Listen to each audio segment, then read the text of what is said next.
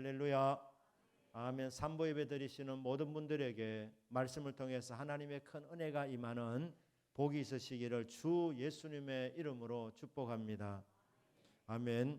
이삭이 리브가를 만나 결혼을 합니다.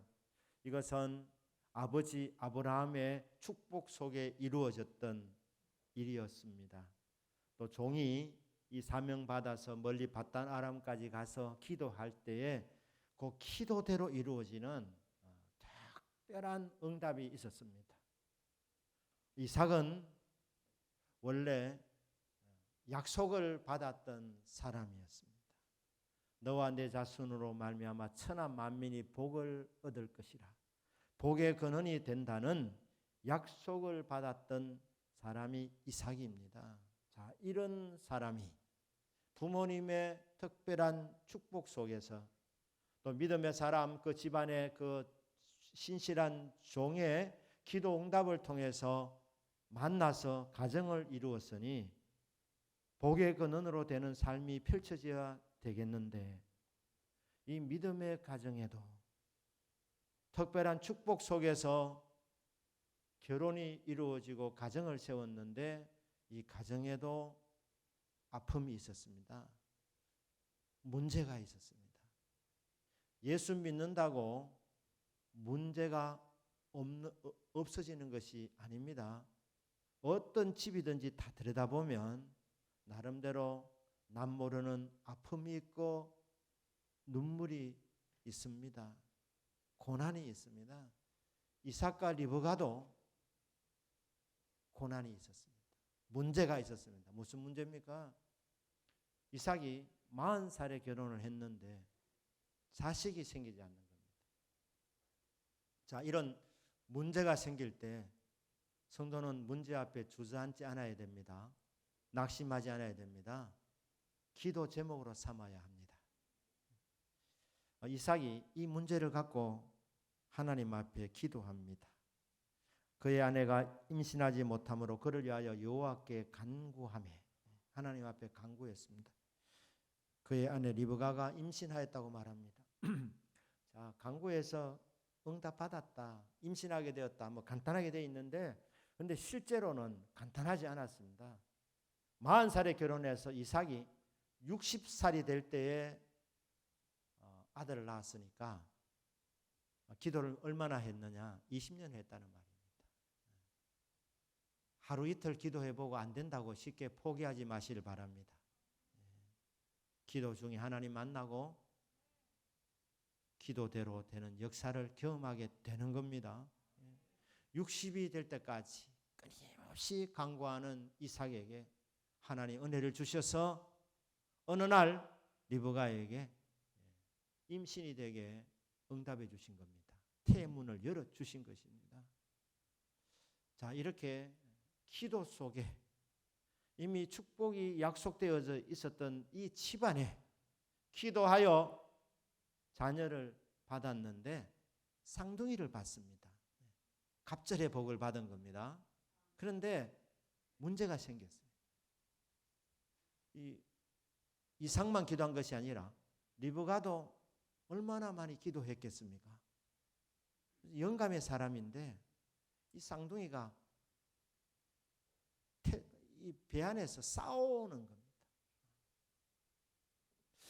처음에는 뭐 싸우는 갑다 이랬는데 이게 계속되니까 이 기도의 사람 리브가에게 이 뭔가 이 느낌이 안 좋았습니다. 그래서 이럴 경우에는 내가 어찌할꼬 하고 가서 기도의 자리가 있을 거 아닙니까? 이삭이 하나님 앞에 예배하고 그 가족이 예배하는 예배의 처소, 기도의 처소, 하나님 만나는 장소에 있는데 그곳에 가서 여호와께 묻자온데 하나님께 여쭤보았습니다. 하나님이요, 하나님의 크신 은총으로 쌍둥이를 임신하게 되었는데 이 쌍둥이가 배 안에서 지금 사이가 안 좋습니다. 싸웁니다. 이 어쩐 일입니까? 이렇게 하나님께 여쭤보았습니다. 범사에 하나님께 여쭤보면 하나님께서 범사에 길을 지도해 주십니다. 물으니까 이제 오늘 우리가 23절입니다. 여호와께서 기도하는 리브가에게 답을 주셨습니다. 뭐라고 말합니까? 두 국민이 네 태중에 있구나. 네 두 아들이 앞으로 나오게 되는데 따로따로라는 거예요. 남남입니다. 두 국민이 세워지게 되겠다. 두 나라가 그러니까 쌍둥이 이 두 명이 나오게 되면 이 각각 나라를 건설한다는 거예요. 두 국민이 네 태중에 있구나. 두 민족이 네 복중에서부터 나누이리라. 이상하게 생각하지 마라. 나누어진다. 하나가 안 된다. 이 두 사람이 건설해야 되는 나라들은 완전히 다르다. 나라도 다르고 문화도 다르고 사상도 다르고 삶도 다른 이질적인 두 형제란 이들이 각각 다른 나라를 건설하게 된다. 이 족속이 저 족속보다 강하겠고 큰 자가 어린 자를 섬기리라. 두 국민이 나온다는 겁니다. 그리고 그들은 나누어진다고 말합니다. 하나가 아니랍니다. 같은 배에서 나오지만 다르다는 것. 그리고 큰 자가 어린 자를 섬기게 된다. 이게 태안에서 두 아이가 싸우는데 하나님께 여쭤보았더니 요 하나님께서 친히 가르쳐 주신 내용입니다. 해상계한이 찬적 태에 상둥이가 있었는데 먼저 나온 자가 이름이 에서입니다. 왜냐하면 에서라는 말은 털이 많은 사람이라는 뜻입니다. 털복숭이로 태어난 겁니다. 붉고 전신이 털옷 같아서 이름을 에서라고 지은 거예요. 에서. 동생은 치지 않으려고 하다가 간발의 차이로 동생이 됐는데 형이 발꿈치를 잡고 나왔기 때문에 야곱이라. 에서와 야곱이라는 두 국민이 이렇게 나오게 되었습니다. 그런데 한 배에서 낳는데 둘이는 달라도 너무 달랐습니다. 그러니까 형 에서는 남자다웠고 그리고 털도 많았고 외모도 달랐고 성격도 달랐고 에서는 굉장히 남성적이었고 호탕했습니다. 그리고 사냥을 좋아했습니다. 들판에 뛰어다니는 거 좋아했고 짐승들 쫓아가서 활을 쏴서 명중시켜서 그 쓰러지는 그 쾌감을 느끼면서 그 고기를 먹는 아주 성격이 좀 와일드한 그런 남성적이었습니다. 게임을 좋아하고 싸우는 거 좋아하고 활을 잘 쏘는 아주 외향적인 들판을 뛰어다니는 그런 사람이 에서였습니다. 근데 야곱은 정반대로 여성적이었습니다. 조용했습니다. 늘 엄마 치맛자락을 그냥 붙잡고 다니면서 집에 살아가는 아무도 괴롭힘을 주지도 않고 괴롭힘을 받지도 않은 조용한 남자 야곱이었습니다. 완전히 달랐습니다. 장막에 거주했습니다. 그런데 이삭은 이미 아내 리브아를 통해서 에서와 야곱에 대해서 응답받은 것이 있지만 사냥에서 온 고기를 대접받으면서 이 장남 에서를 좋아했습니다. 그런데 엄마 리브가는 야곱을 더 좋아했습니다. 그런데 어느 날 말입니다. 에서가 사냥하러 갔다가 사냥이 별로 이렇게 신통하지 못했습니다. 그래서 피곤하게 돌아왔어요. 쫓아다녀서도 피곤하지만 그래도 사냥해서 많이 잡으면 신날 텐데 몸도 피곤하지만 잡은 것도 별로 없어가지고 피곤하게 돌아왔습니다. 그런데 이 야곱이 말입니다. 이때를 기다리고 있었습니다. 기도했는지도 모릅니다. 오늘 한 마리도 못 잡게 하소서. 그래 탁 준비해 놓고 축을 쓰고 있었습니다. 야곱의 직업이 설거자였으면 문제가 있겠지만 설거자는 아니었습니다. 그래서 죽을 쓰고 있었어요. 야곱이 죽을 쏘는데 에서가 들에서 돌아와서 심히 피곤하여 야곱이 이르되 내가 피곤하니 그 붉은 것을 내게 먹게 하라. 동생에게 명령 내립니다. 내 진짜 배고파 죽겠다. 네 지금 맛있는 거 지금 맛있는 죽을 쓰고 있는데 그건 나의 다오. 이렇게 얘기하는 겁니다.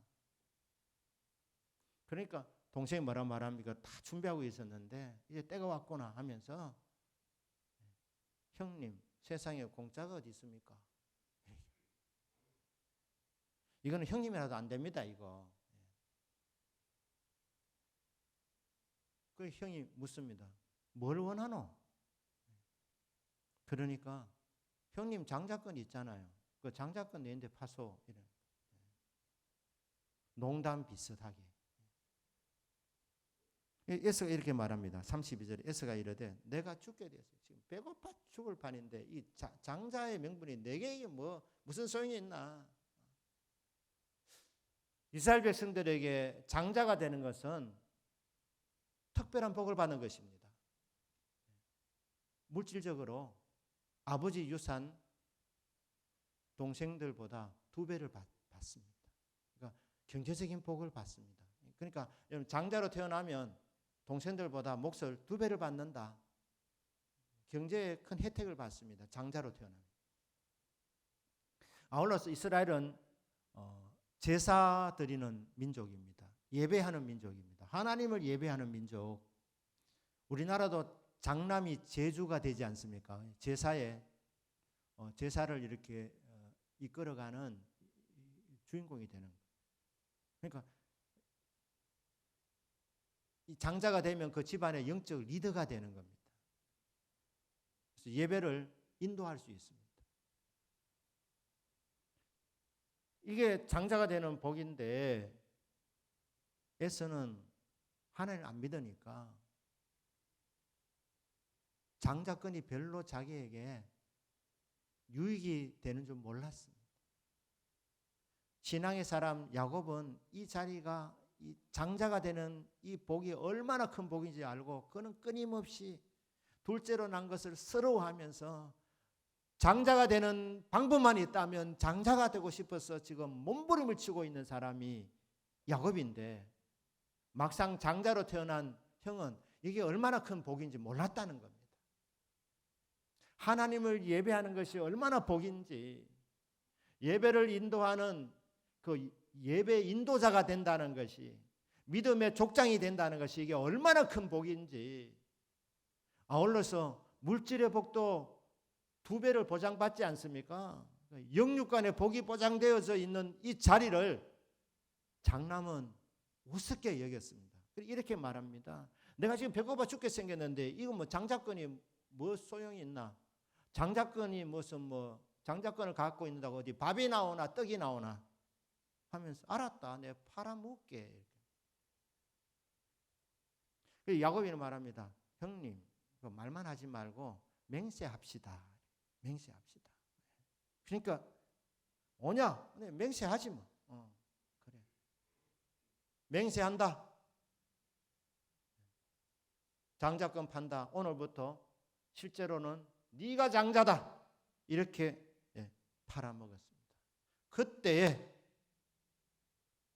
에서가 얻은 별명이 팥죽의 색깔이 붉기 때문에 붉다는 뜻을 가진 에돔이라는 이름을 얻게 됩니다. 그러니까 에돔은 붉다는 것입니다. 이 붉은 사상이 뭡니까?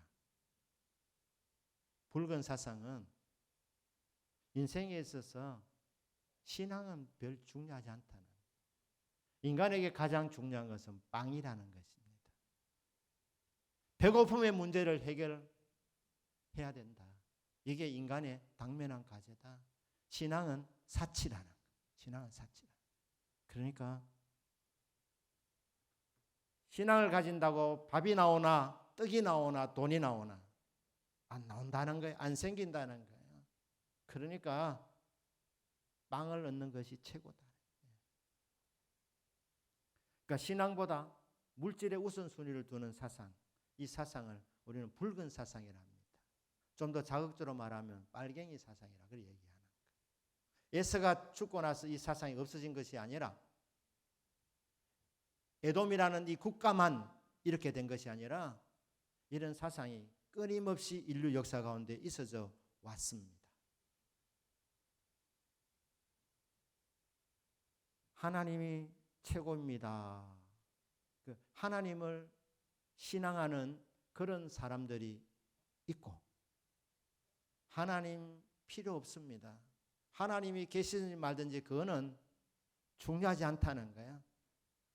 우리에게 필요한 것은 오직 빵이라고 그렇게 하면서 빵을 위해서 목숨 거는 사람들, 빵을 위해서 살아가는 사람들, 이런 사람들이 있는데 이런 사람을 붉은 사상을 가진 사람들이라. 지금도 붉은 사상을 가진 나라들도 있습니다. 어떻게 알 수 있느냐? 신기하게도 공통점이 있는데 붉은 사상을 가진 국가들은 우리는 공산국가입니다 말을 하지 않아도 국기를 보면 압니다. 국기를 보면 배경 색깔이 붉습니다. 그러니까 인류 역사 가운데에 빵이 최고다고 이렇게 말하는 사상을 가진 사람들이 끊임없이 있어 왔고, 이 사람들이 하나님 믿는 사람들을 끊임없이 공격합니다. 그들이 사라져야 자기들만의 세상이 온다고 생각하고 그렇게 하는 거예요. 이것을 계급투쟁이라고 하는 계급투쟁. 프로레탈리아와 부르주아가 있는데, 프로레탈리아는 노동의 억압과 착취를 당했다는 거예요. 부르주아 계급으로부터. 그래서 이것을 엎어야 된다는 거예요. 계급투쟁. 피를 흘렸어라도 이 공평하지 못한 것을 회복해야 된다. 이게 붉은 사상입니다. 오늘 우리 교단과 또 한국 교회에서 차별금지법 반대 특별기도주일로 이렇게 삼고 메시지도 그렇게 전해줬으면 하는 이런 이제 제가 연락을 받고 어디를 이렇게 할까 하다가 이제 오늘 이 말씀을 잡았습니다. 여러분, S의 길을 걸어가는 사람들이 있고 민족이 있는가 하면 야곱의 길을 걸어가는 사람, 그런 국가가 있습니다. S의 길을 걸어가는 사람은 물질을 최우선으로 하는 이 사상이 붉은 사상을 가진 사람들. 그런데 이 하나님의 말씀 원리대로 쭉 살아가면서 종교개혁이 일어나게 되었는데, 종교개혁의 결과로 탄생한 것이 자본주의입니다. 칼빈이 소명과 근면함을 기반으로 해서 자본주의를 꽃을 피우게 되었는데, 위건호들은 거기다가 기술과 기계를 이렇게 개발해서 산업화를 이루었습니다. 그래서 이 결과로 자본주의가 꽃을 피우게 되고 근대화가 이루어지게 되었습니다. 그런데 이 근대화가 이루어지게 되는, 자본주의가 꽃을 피우게 되는 배경에는 교회가 있는 거예요. 그런데 이제 공산주의를 표방하는 이 사람들이 보게 될 때에 이 근대화를 해체해야 되겠는데, 자본주의를 무너뜨려야 되겠는데, 자본주의를 무너뜨리려면 그 자본주의의 배경이 되는 기독교를 무너뜨려야 되는 거예요. 그래서 이제 기독교를 박해하는 거예요. 기독교가 약해지면 자본주의도 약해지기 때문에, 이루어놓았던 근대화가 무너지게 되기 때문에 했는데 결과는 어떻게 됐습니까? 기독교 문명이 이긴 겁니다. 유럽이 이긴 거예요. 근대화가 일어난 겁니다. 그래서 우리나라 좌파 지식인들이 한때 의기소침해졌습니다. 왜냐하면 공산주의를 이렇게 공개적으로 표방하면 사람들이 싫어하니까. 스탈린을 보게 되었고, 소련이 무너지는 것을 보았고, 그 다음에 동구권 소련의 위성 국가들이 무너지는 것을 보았습니다. 그리고 북한의 김일성, 김정일 그 체제의 실상을 다 보고 알게 되었기 때문에 사람들이 공산주의를 표방한다 그러면 거부하는 것을 알게 된 겁니다. 그런데 이들이 희망을 갖게 된 게 뭐냐면은 1968년도에 프랑스에서 성의 혁명이 일어났습니다. 여기서부터 동성애가 합법화되기를 시작했습니다. 유럽의 나라들이 다 근대화를 이루었던 개신교 국가들인데, 그래서 수많은 선교사들을 우리 한국에까지 파송했던 이 기독교 국가들이 말입니다, 동성애를 받아들이면서 교회가 약해지다가 교회가 무너진 거예요. 교회가 아무런 힘이 없게 된 겁니다.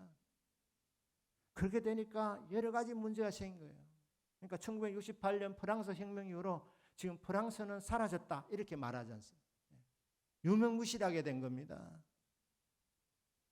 근데 가만히 보니까 공산주의는 싫어하지만 공산주의는 패배로 끝난 것 같은데 이 동성애를 합법화를 밀어붙이면 유럽의 교회들이 무너지는 것을 보았기 때문에, 여러분 이 동성애를 합법화하는 건 단순한 동성애자를 좋아했으면 그런 건 아닙니다. 그것은 동성애를 통하여 성을 정치화하는 겁니다. 그래서 결국은 교회를 무너뜨리는데 이것보다도 더 좋은 방법이 없기 때문에 교회가 약해지면 그 다음에 어떻게 됩니까? 결국 그들이 바라는 붉은 세상이 되는 겁니다. 그렇기 때문에 차별금지법 지금 우리나라에서 몇 번이나 막아냈지만은 왜 이들이 끊임없이 동성애를 합법화시키려고 하느냐? 이번에는 평등권의 이름으로 이렇게 또 밀어붙이는데 왜 이렇게 하느냐? 이렇게 가야 교회가 무너지기 때문에. 교회가 무너지면 그 다음에 저항 세력이 없어지면 쉽게 공산화를 이룰 수 있기 때문에. 그렇기 때문에 사랑하는 여러분, 우리 성도님들의 믿음의 기도가 필요합니다. 막아내셔야 됩니다. 한 번만이 아니라 앞으로도 계속해서 우리 기도해야 되는 겁니다. 왜? 그 다음 가는 길이 있으니까. 그래서 성을 어떻게 정치하느냐? 인간에게는 성의 욕망이 있습니다. 너를 마음껏 즐겨야 되는데 기독교가, 성경이 성을 억제시켰다는, 일부 일처 마음대로 파트너를 바꿀 수 있는데, 마음대로 즐길 수 있는데, 향락에 빠질 수 있는데, 이 기독교가, 성경이 억압했다는 거예요. 그래서 이렇게 성소수자들, 그러니까 성소수자들, LGBT라 그러는데 L은 레즈비언, G는 게이, 그리고 B 양성애자, T 트랜스젠더, 이런 성소수자들이 성을 마음껏 즐기고 누릴 수 있는 권한이 있는데 억압을 당했다는 거예요. 착취를 당했다는 거예요. 누구로부터?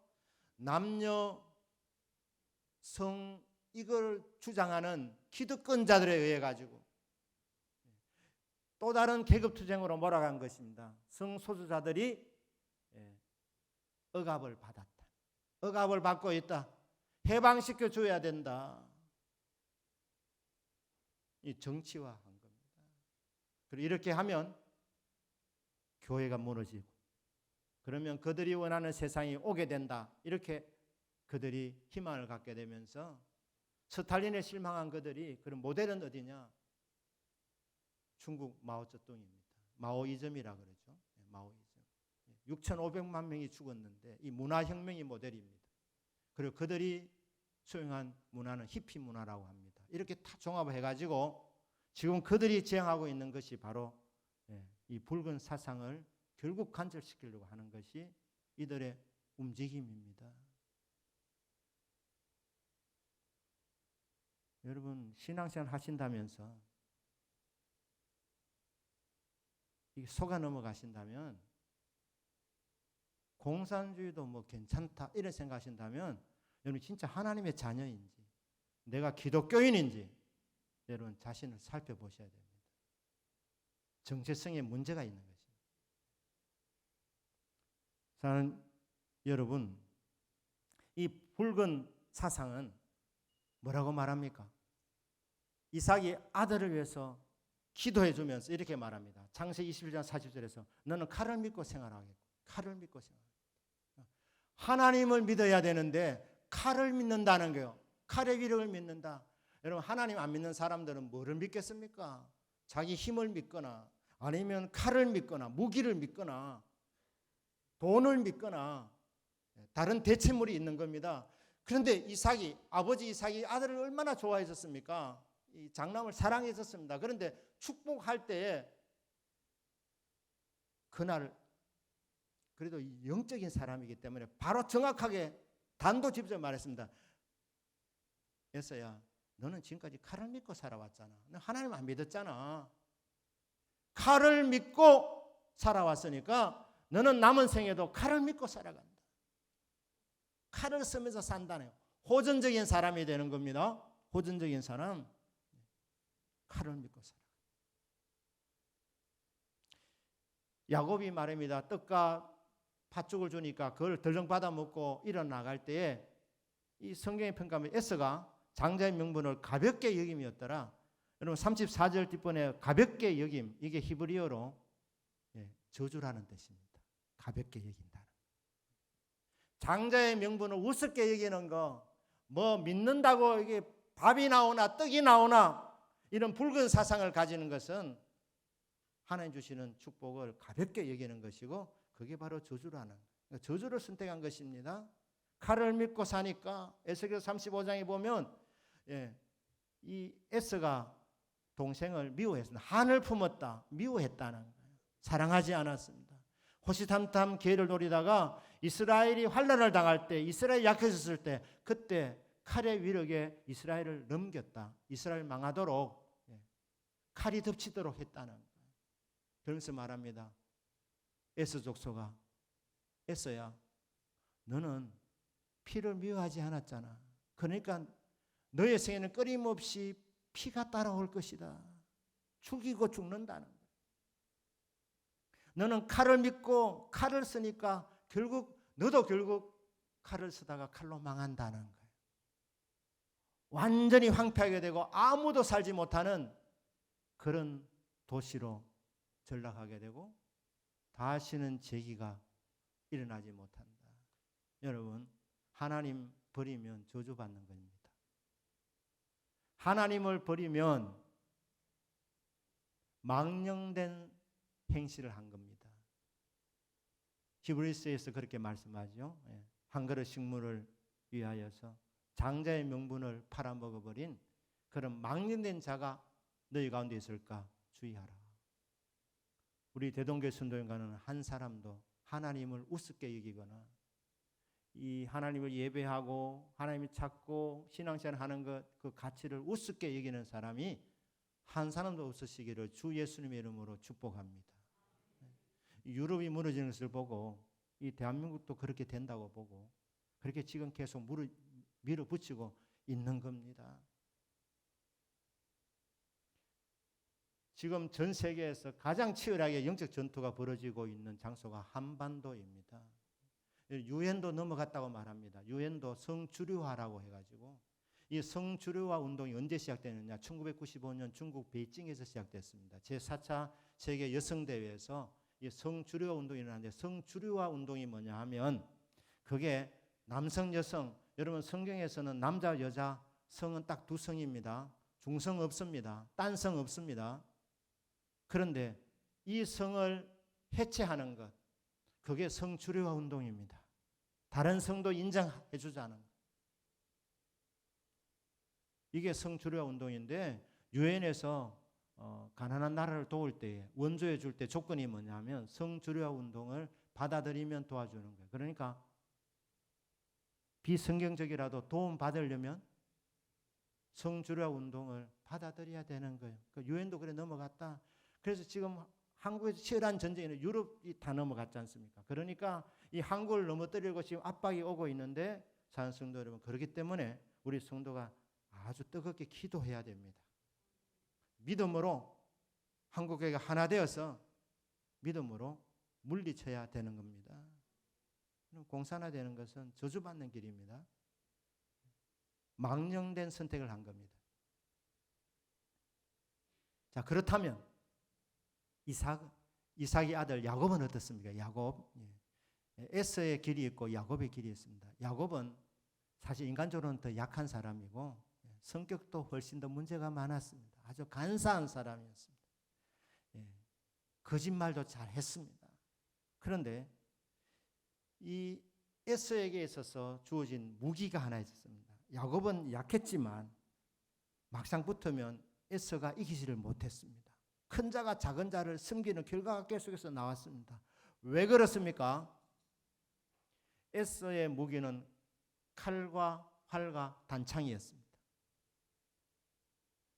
하지만 야곱에게는 만군의 여호와의 이름이 있었습니다.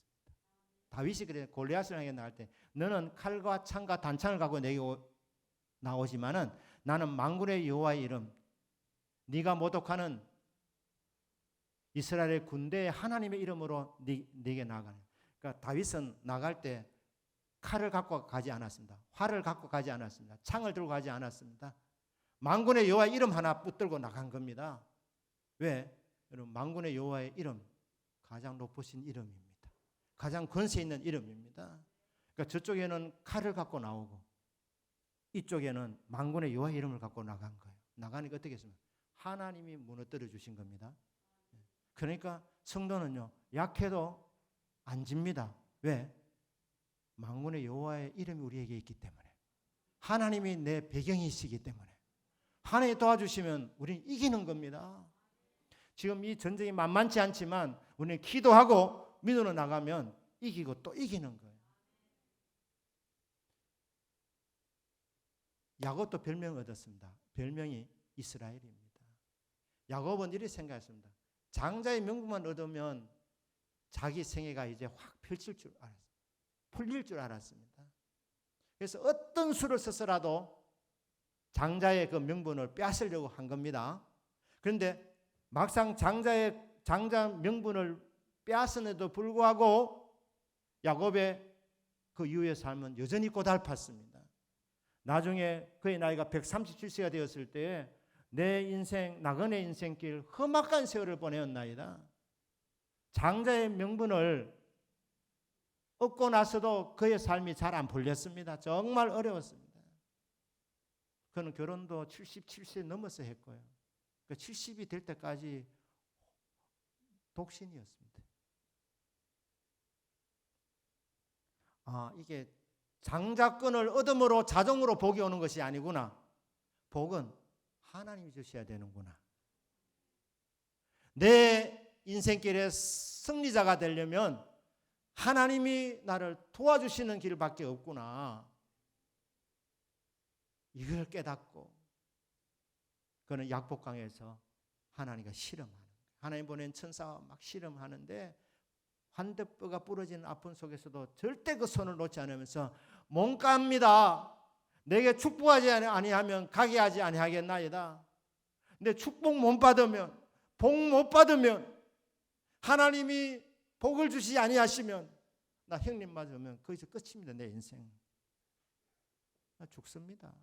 형은 싸움 잘하고 혼자 오는 것이 아니라 400명을 거느리고 온다는데 내가 어떻게 그걸 감당할 수 있다는 말입니까? 그러니 하나님, 제가 이제야 뒤늦게나마 깨닫습니다. 장자권 자체가 복을 주는 것이 아니라 복은 하나님이 주신다는. 하나님, 저 도와주십시오. 하나님, 복을 내려주십시오. 복을 주시지 아니하면 절대로 못 갑니다. 왜? 복 못 받으면 나는 여기서 끝장이니까. 그래서 야곱이 매달린 것 아닙니까? 울며 울면서 내게 복을 달라고, 내게 복을 내려달라고. 하나님이여, 하나님은 생사복을 주관하시는 하나님, 만군의 주 여호와 하나님, 하나님이 나를 대신해서 싸워주시면 나는 승리자가 됩니다. 그렇게 막 매달리면서 하나님 나를 복 내려달라고 그렇게 매달렸더니 하나님 네 이름을 이스라엘 하라고 바꿔준 거예요. 별명을 준 겁니다. 승리자라는 거예요.